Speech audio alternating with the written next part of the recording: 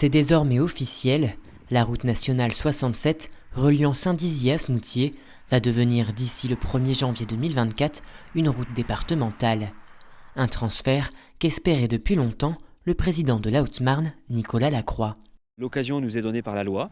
Je me suis positionné fortement, mais j'ai souhaité aussi avoir les garanties de l'État de ce transfert, et que ce transfert, ces compensations permettraient d'entretenir cette route et de mieux l'entretenir et de l'améliorer.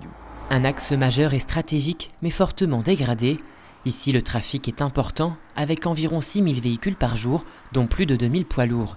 Cette route est tristement connue pour ses nombreux accidents, parfois mortels.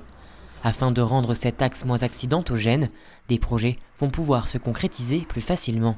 Roche-sur-Marne est un des points accidentogènes sur lequel nous sommes déjà engagés alors que nous étions sur le réseau des routes nationales. Mais d'autres lieux sont aujourd'hui bien identifiés. Donc il y a ces lieux accidentogènes sur lesquels on va bien sûr travailler. Puis il y a l'entretien courant, il y a le marquage au sol.